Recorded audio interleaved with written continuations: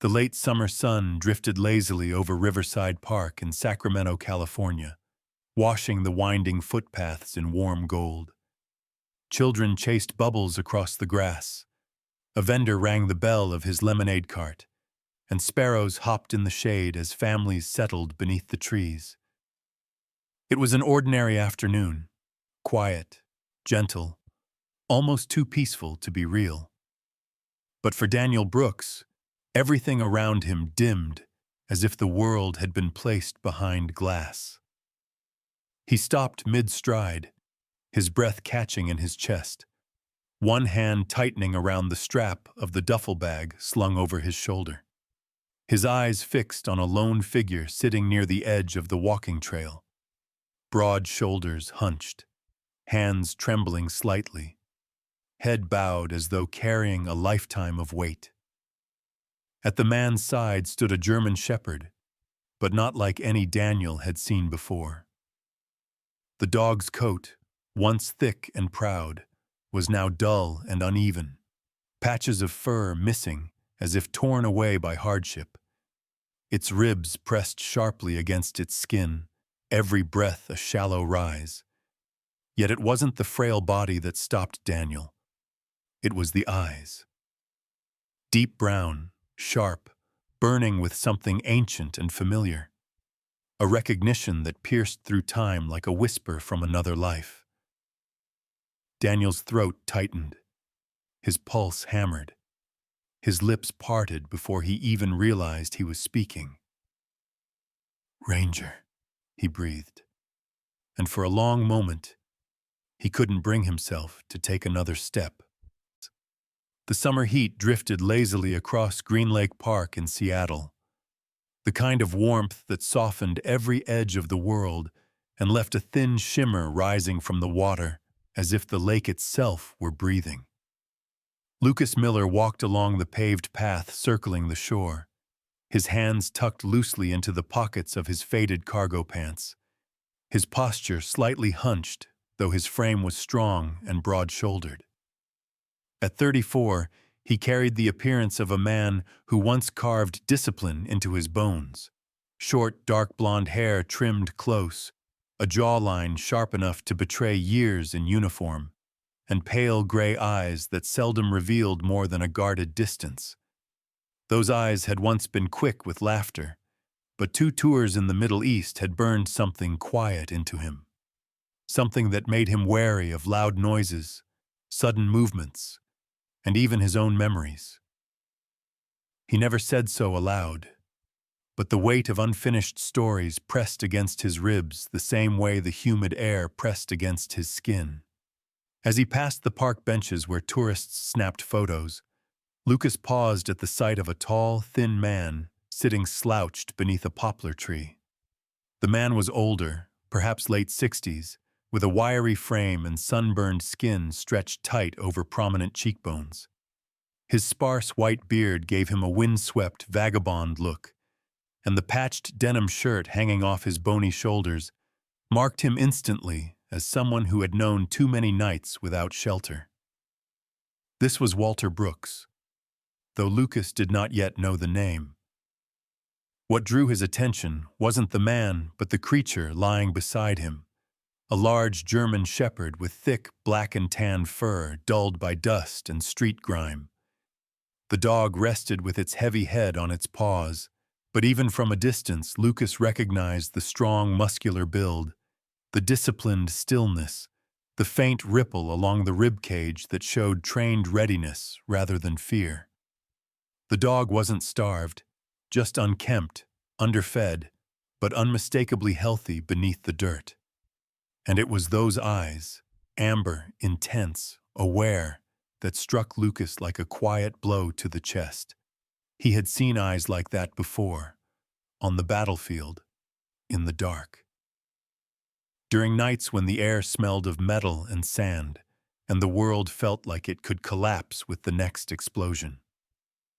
The dog lifted its head slightly, nostrils flaring, as though catching a scent buried deep in time. Lucas's breath stalled. A memory flickered. A shepherd launching into smoke, saving him from shrapnel, guarding him through a night when they thought none of them would make it home. He blinked, steadying himself. "Ranger?" he whispered, almost to the wind itself. The dog's ears twitched. The name seemed to stir something, though the reaction was subtle. A shift in posture, a faint tightening around the eyes, as if a forgotten command had brushed against an old nerve.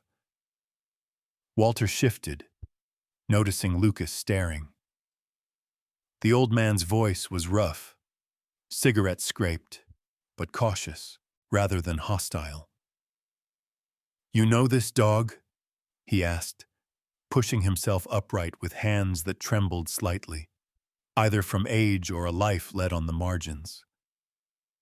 Lucas swallowed hard, aware of how strange he must look, sweating in the heat, stunned by a dog he hadn't seen in years. I think so. That shepherd. Where did you find him?"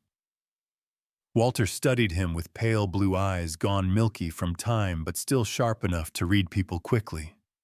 Life on the street had given him that talent. "Found him near Pike Place 2 months back," he replied. "Big fella, strong, smart, doesn't warm up to many."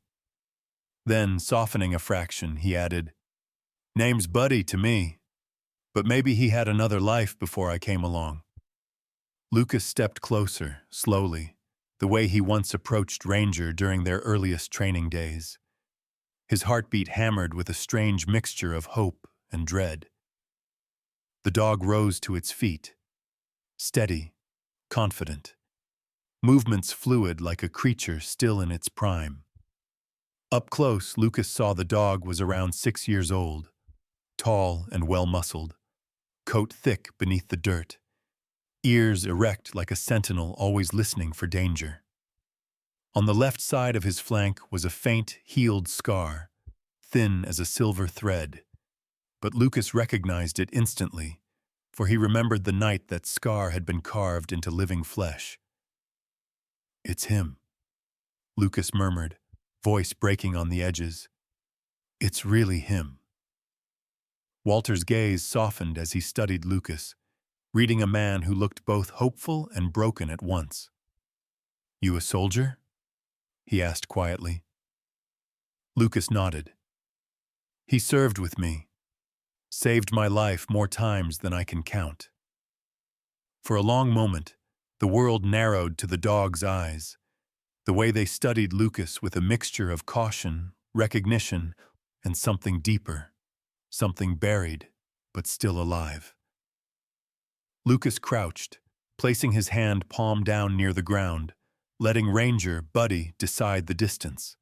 Slowly, the big shepherd stepped forward, touched his nose to Lucas's fingers, then lingered there with a low, soft exhale. It wasn't dramatic. It wasn't loud. But inside Lucas, something cracked open like a door for he thought he had bolted shut forever. Walter sighed, a sound of reluctant understanding. "Well," he said gently, "looks like he remembers you." As the evening sun glinted off the lake and the cicadas buzzed their summer hymn, the fragile thread between past and present pulled taut, binding 3 lives together in a moment none of them had fully expected, but all of them somehow needed. The warm Seattle evening deepened into a soft amber glow as Lucas remained crouched beside the German shepherd, who had once been his partner in battle. Ranger, now called Buddy by the man who had sheltered him, leaned forward just enough for their shared history to stir again, but not enough to erase the struggles he had endured. Walter Brooks, still sitting beneath the poplar tree with his frayed shirt and weather-beaten skin, watched the silent reunion with the wary tenderness of someone who had spent too long defending the only companion he had left. Lucas finally rose to his feet, brushing the dust from his hands, his chest tight with a mixture of relief and guilt. "I want to help him," Lucas said, voice rough from emotion he hadn't let surface in years. "But I'm not here to take him from you. Walter blinked, surprised. Most people in his life had only ever taken. Then what are you here for? He asked, folding his thin arms across his chest, trying to look hardened, though his tired eyes flicked nervously between Ranger and Lucas. Before Lucas could answer, a shadow approached from the path, a woman in navy scrubs carrying a small portable cooler. She looked to be in her early 30s, medium height, with warm brown skin and dark curls tied in a low braid that swung gently as she walked. Her name, stitched in white on her scrub top, read Dr. Grace Thompson. She had sharp, expressive eyebrows that made her seem perpetually aware of the world and a calm intelligence behind her dark hazel eyes. Grace had been volunteering in the park for months, offering quick checkups for pets belonging to unhoused residents, driven by both compassion and a stubborn streak inherited from her mother, a nurse who raised Grace alone after her father left. Grace had learned early to be steady for others, something Lucas sensed instinctively the moment she neared. "Walter," she said softly, setting her cooler on the bench beside him. "Buddy missed his last booster. Mind if I check him now?" Her voice carried warmth without pity, a tone that made even wounded souls feel like equals. Walter hesitated, clutching the dog's worn rope leash. "Maybe later." But Ranger stepped toward her, tail flicking in recognition. He remembered her kindness from earlier visits, the gentle hands, the soft humming she did when checking his paws. Lucas straightened, nodding politely. "I'm Lucas. I think—" He paused, fighting the tremor in his voice. "I think this dog and I used to serve together." Grace's eyes widened slightly, surprise then empathy. She stepped back, giving them space. "He's a working dog? That explains the posture. The eyes, too. That's not a stray's gaze." Walter bristled, protective. "He ain't property. Not anymore." Grace crouched beside Ranger, her movements fluid and respectful, examining him closely. "I know, Walter. But look at him. That build, that discipline. He was trained by someone who cared, someone who spent years earning his trust." She looked up at Lucas. "And I'm guessing that someone is you." Lucas exhaled shakily. "I thought he was gone. I didn't even know he was in Seattle." Grace gave a small, sad smile. "Dogs have a way of finding the people they need." Walter's fingers tightened around the leash, but his expression softened as he took in Lucas's trembling hand and Ranger's calm acceptance of it. "Look," Walter muttered, scratching his white beard. "I found him sick and starving. People walked by like he didn't matter. I did what I could." Lucas nodded, sincerity etched into the firm lines of his face. "You saved him. I'm grateful. I'm not trying to undo anything you've done." A long pause hung between them. Ranger finally broke it by nudging his head against Walter's elbow, then against Lucas's thigh, as if bridging a silent truce. Grace stood slowly and brushed grass from her scrubs. "He needs a proper checkup, some medication, better food." She looked gently at Walter. "No pressure. But what if we all help him? Together?" Walter blinked as if the idea were foreign. "Together?" "Yes," she said simply. "You, me, and Lucas. No one loses him. Ranger gets what he needs, and you both stay part of his life." Ranger sat between them, posture steady like a soldier waiting for a command. Lucas swallowed hard. "I have a spare room at home. Walter, if you need a place to stay while we take care of him, you're welcome. Rent-free, no strings." Walter looked at him with disbelief, his weathered face fighting emotions he didn't want to expose. "You don't even know me." "I know you kept him alive," Lucas replied softly. "That's enough." Grace glanced at them both, her hazel eyes shining with something hopeful. "Then it's settled? At least for now?"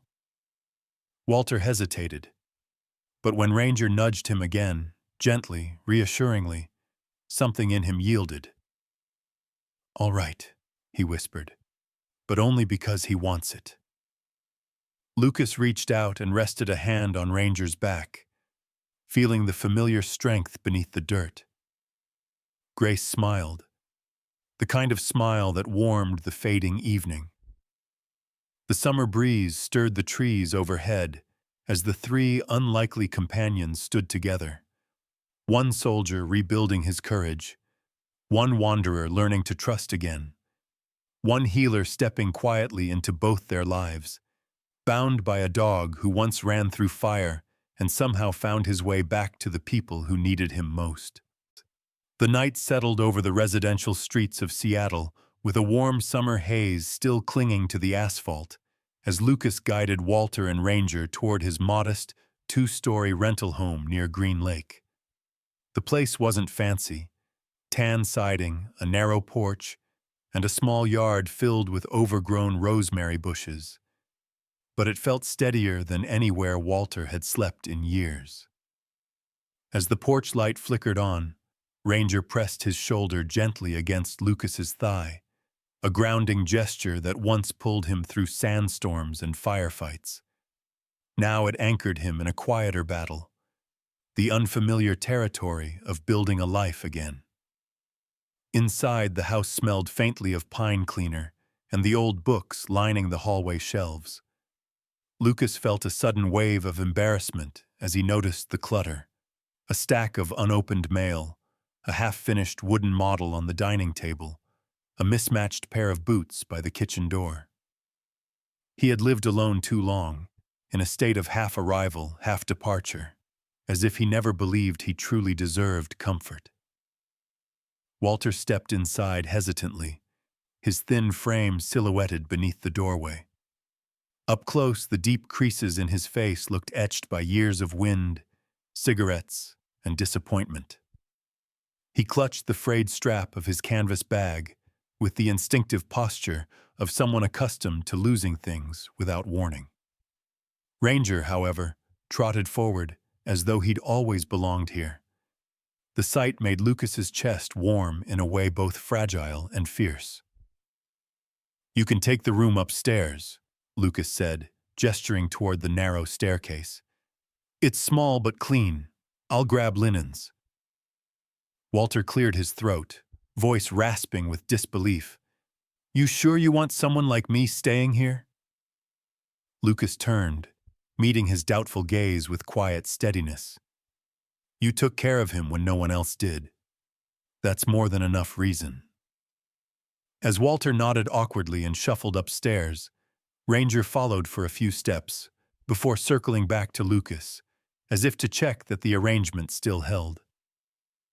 Lucas knelt, pressing his forehead briefly against the dog's broad head. "We'll figure this out, buddy," he whispered, though the tremor in his voice betrayed how unsure he felt. A sudden knock at the front door startled them both. Ranger stiffened, not aggressively, but alert in that trained way that suggested he'd never forgotten the rules of protection. Lucas opened the door to find Mrs. Evelyn Marsh, the elderly neighbor who lived in the blue house next door. She was in her late 70s, short and round, with carefully curled silver hair and a floral blouse that looked ironed to perfection. She had the kind of soft, powdered face that reminded people of warm kitchens and polite gossip, but behind her cheery exterior was a personality sharp enough to cut through any lie. "Lucas Miller," she declared, hands on her hips. "I saw strangers coming into your house and a very large dog. Before I call the police, I need to know if you're being murdered." Lucas swallowed a laugh. I'm fine, Mrs. Marsh. This is Ranger, a friend, and the man is Walter. He's staying with me temporarily. Mrs. Marsh peered past him like a seasoned border inspector. Does he steal? Start fires? Talk to ghosts? No, ma'am, Lucas answered. He's quiet, polite, and he helped save Ranger. Her expression softened immediately, the warrior chicken stance dissolving into grandmotherly warmth. Well then, she said, patting Lucas's arm, I'll bake banana bread in the morning. The real kind, with butter, not that vegan stuff my granddaughter keeps trying to kill me with. She waved and shuffled off into the night, leaving Lucas shaking his head with amusement. Back inside, he found Walter sitting rigidly on the edge of the bed in the upstairs room, hands clasped tightly as though afraid to disturb the neatly folded comforter. Lucas leaned on the doorframe. You don't have to sit like it's an interview. The bed won't bite. Walter gave a shallow, awkward laugh. It's been a long time since I slept somewhere with walls. Ranger hopped onto the bed beside him, slowly, carefully, resting his head across Walter's lap in a gesture so deliberate it made Walter's breath tremble. He still chooses you, Lucas said softly. Walter stroked Ranger's neck, the stiffness in his shoulders melting slightly. Maybe he chooses both of us now. Downstairs, Lucas set out bowls of fresh water and food.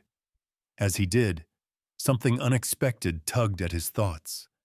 Grace. The way she steadied chaos without even raising her voice. The way her hazel eyes softened when she looked at Ranger. The way she seemed to see through Lucas without prying. He wondered what she was doing now. Whether she was still at the clinic finishing her late shift. Whether she was thinking about tonight's strange arrangement the way he was. He shook the thought off, annoyed at himself for letting warmth slip too easily into longing. Ranger padded downstairs and nudged Lucas's hand, sensing the shift in emotion the way only animals could. Lucas scratched behind his ears. You're home now, he murmured. Both of you. As the house settled into silence, Walter slowly drifted to sleep. Ranger curled at his feet like a sentry restoring his watch. Lucas lingered on the couch, staring at the dim ceiling fan turning above him, feeling the first tremors of something he had not felt in years, belonging.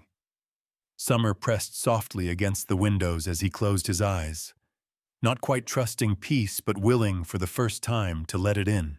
The next morning arrived with the kind of golden summer sunlight that made Seattle briefly resemble a softer, slower city, its usual grayness washed away by warmth rising from sidewalks and the scent of fresh bread drifting from corner cafes.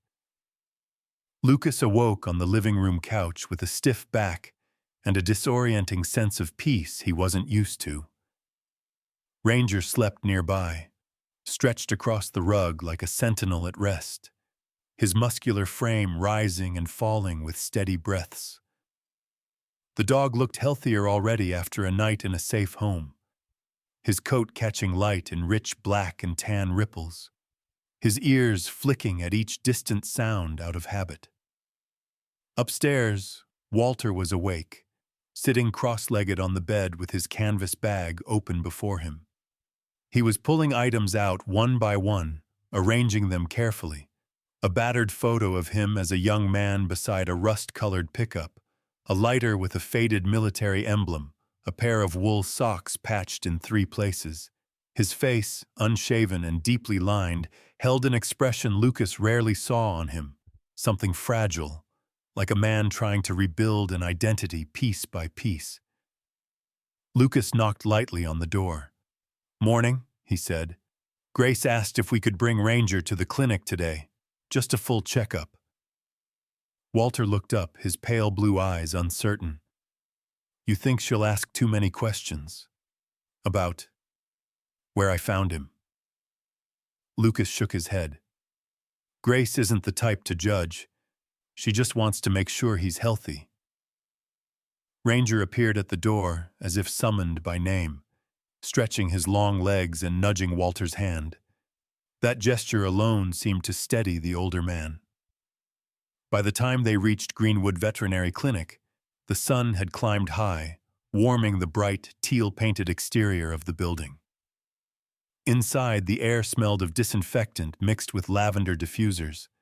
A petite receptionist with strawberry blonde hair, Mia Ellison, early 20s, cheerful freckles, round, friendly cheeks, glanced up from her computer.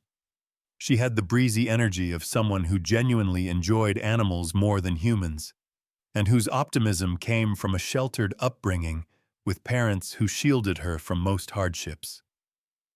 "You must be Ranger," she chirped in a lilting voice, though her eyes widened slightly when she saw the large, imposing shepherd approaching with calm precision. "Wow, you're like a real superhero dog." Ranger paused, tilting his head as if evaluating her sincerity, then softened enough to accept a treat from her hand. Lucas chuckled. "He has standards." "So do I," Mia joked, before her eyes flicked toward Walter with polite curiosity.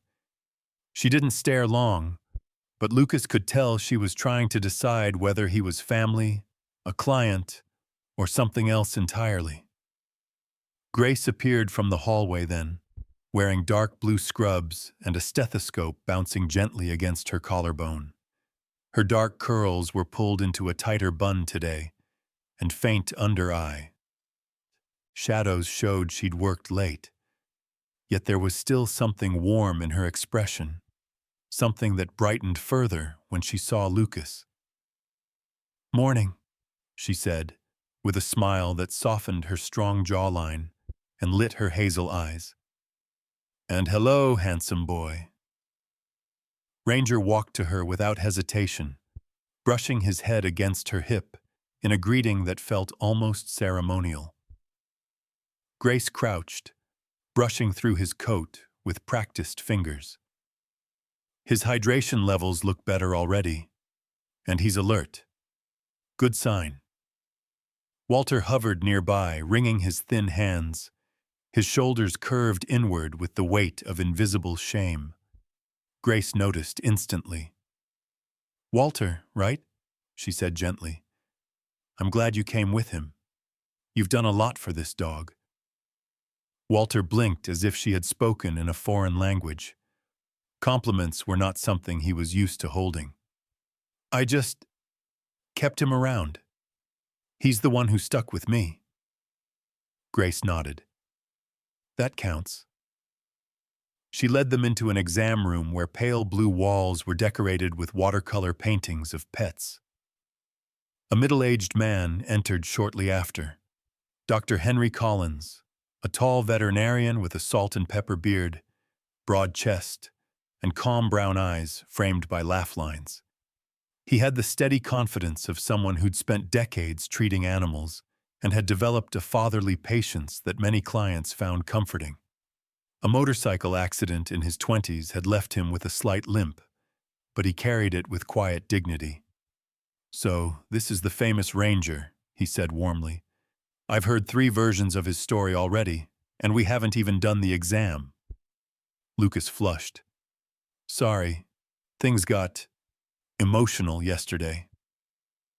Dr. Collins gave a small, understanding chuckle. "I've seen it before. The bond between soldier and K-9 doesn't break easily. Let's take a closer look." The exam was thorough but calm. Ranger complied with every instruction, lifting paws, opening his jaw, standing still while Collins ran hands along his ribs. "Healthy heart, strong lungs, slight vitamin deficiency, but nothing alarming," Collins said. "Whoever trained him did it right." Grace shot a knowing look at Lucas, but before Lucas could answer, Ranger suddenly lifted his head, ears pricked sharply toward the hallway. His muscles tensed, not fear, but recognition. A moment later, The door swung open, and a boy of about 10 stumbled inside. Ethan Rourke, skinny, sun-tanned, tousled chestnut hair sticking out in every direction. He wore a faded superhero t-shirt and had the unfiltered curiosity of a kid raised by a single mother who worked long shifts, leaving him plenty of time to sneak around places he wasn't supposed to be. He froze when he saw Ranger, eyes going huge. Whoa, that is the coolest dog I've ever seen. His mother, Lila Rourke, hurried in behind him, tall, athletic, with warm brown skin and tightly curled black hair tied into a puff. Her sharp cheekbones and exhausted eyes revealed long nights at her job as a paramedic.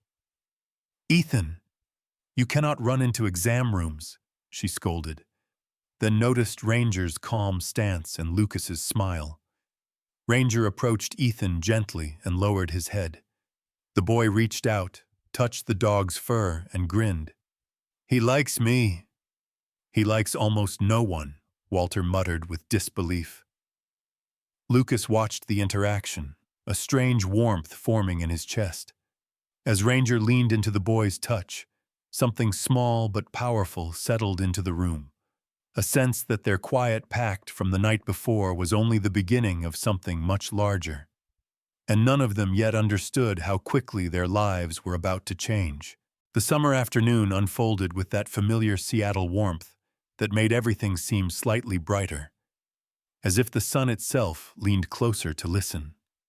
Inside the Greenwood Veterinary Clinic, the air hummed with quiet energy, computers clicking, soft footsteps echoing, and the subtle murmur of conversations behind closed doors.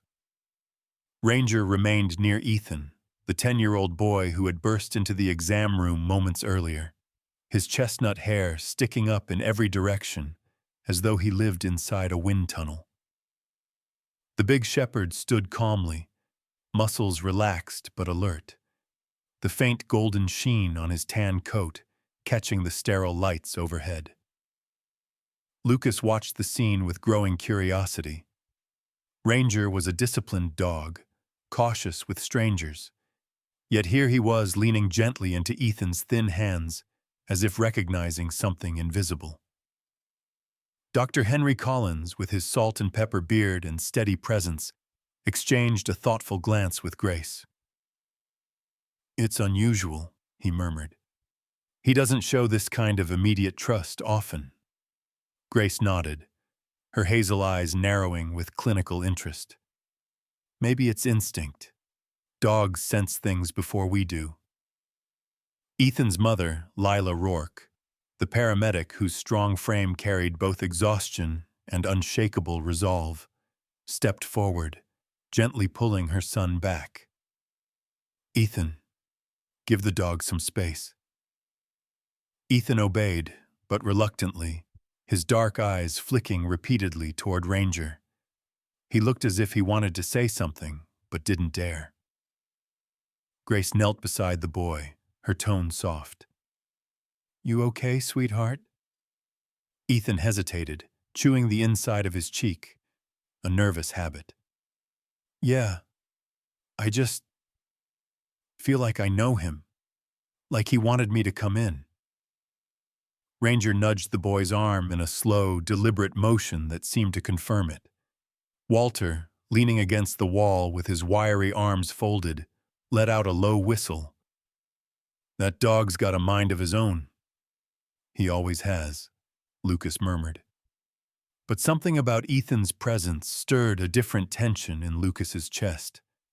A gentle unease, like a question forming before he fully understood its shape. Grace stood and motioned for everyone to step into the main lobby while she finalized Ranger's medical notes. The clinic smelled faintly of lavender, dog treats, and printer ink. Mia, the young receptionist with strawberry blonde hair and soft freckles, peeked up from her desk and waved at Ranger as he passed. "Bye, superhero dog," Ranger responded with a dignified flick of his tail. Outside, the heat pressed down softly on the street as they stepped onto the sidewalk. Lila held Ethan's shoulder firmly, preparing to thank Lucas for his patience, when a sudden sound made Ranger snap to attention. A sharp, metallic clang from the alley beside the clinic. His ears shot up, body stiffening into that unmistakable K-9 posture. Lucas reacted instantly. Something's wrong. Before anyone could stop him, Ranger bolted down the alley with a speed that startled even Lucas. Ethan gasped. "Wait, Ranger knows." "Ethan!" Lila called, but the boy was already running after the dog. Lucas sprinted next, boots pounding on the hot pavement. Walter followed as quickly as his tired legs allowed. Grace rushed outside, confusion etched across her strong features. The alley, tucked between the clinic and a bakery, was dimmer and cooler. Ranger skidded to a stop beside a dumpster, pawing at a small shape crouched behind it. Lucas's heart lurched. There, curled into himself, was a boy not much older than Ethan, thin as a reed, his hair a tangled, dark mop, his clothing too big and too dirty for summer weather. His name, they'd soon learn, was Caleb Hart, a 12-year-old runaway whose slight frame and terrified eyes suggested he'd known far too much hardship far too young. Caleb lifted his face, revealing a bruise blossoming purple across his cheekbone. His brown eyes had that hollow, skittish look of someone who expected danger at every turn. Instinctively, he raised his arms to shield himself from Ranger, though the dog only whined softly and pressed his nose to the boy's shoulder. Lucas knelt beside him. "Hey, we're not here to hurt you." Caleb flinched anyway, his voice barely a whisper. I'm fine. Leave me alone." Lila caught up to them, her paramedic instincts kicking in instantly as she assessed his injuries. "Sweetheart, that bruise is fresh. Did someone hit you?" Caleb didn't answer. He just shook his head too quickly, too defensively. Ethan stood a few feet away, worry lining his young face. "Ranger led us here. I think he wanted us to find him." Ranger barked once. Low, purposeful. A confirmation. Grace approached slowly, palms open, her hazel eyes softened with the same soothing steadiness she used on wounded animals. "Caleb, it's okay," she murmured. "You're safe now. We can help." Caleb's eyes darted from Grace to Lucas to the dog and back again. His breathing slowed a fraction, but fear still coiled tightly around him. "I can't go home," he whispered brokenly. He'll be angry." Lucas felt a cold ache settle beneath his ribs. A lifetime of military instincts, trauma, and compassion fused together in an instant. He looked at Grace, then Lila, then Walter, each of them wearing the same expression: concern, resolve, and something deeper that hinted at a shared understanding of wounded souls. He placed a hand gently on Ranger's back. "Then you don't go home," Lucas said softly. "You come with us." For the first time, Caleb's guarded eyes flickered with something like hope. Ranger leaned close, resting his head on the boy's knee. A silent promise that this unexpected summer alliance was far from over. In the quiet moments after the chaos faded and the summer light softened over the city, one truth remained. Sometimes, the greatest miracles don't arrive with thunder, lightning, or angels breaking through the clouds. Sometimes they come on four paws, wrapped in fur, guided by a heart that never learned how to give up. Ranger didn't just find Caleb that day. He reminded everyone standing there that grace is often hidden in the smallest corners of our lives, waiting for us to slow down long enough to see it. Maybe it was instinct. Maybe it was fate. Or maybe It was something holier. Because when a wounded child is found, when strangers unite, when a single act of courage redirects a life, that is where God places his fingerprints. Not loud, not obvious, but unmistakably present. In every nudge, in every bark, in every heartbeat that refuses to surrender. And perhaps that's the message this story leaves behind. In a world full of noise and rush, God still works quietly through kindness, through courage, and through the unexpected heroes he sends our way, whether they walk on 2 legs or 4. As you return to your own life, your home, your routines, your quiet worries, may you remember that miracles aren't rare. They are simply overlooked.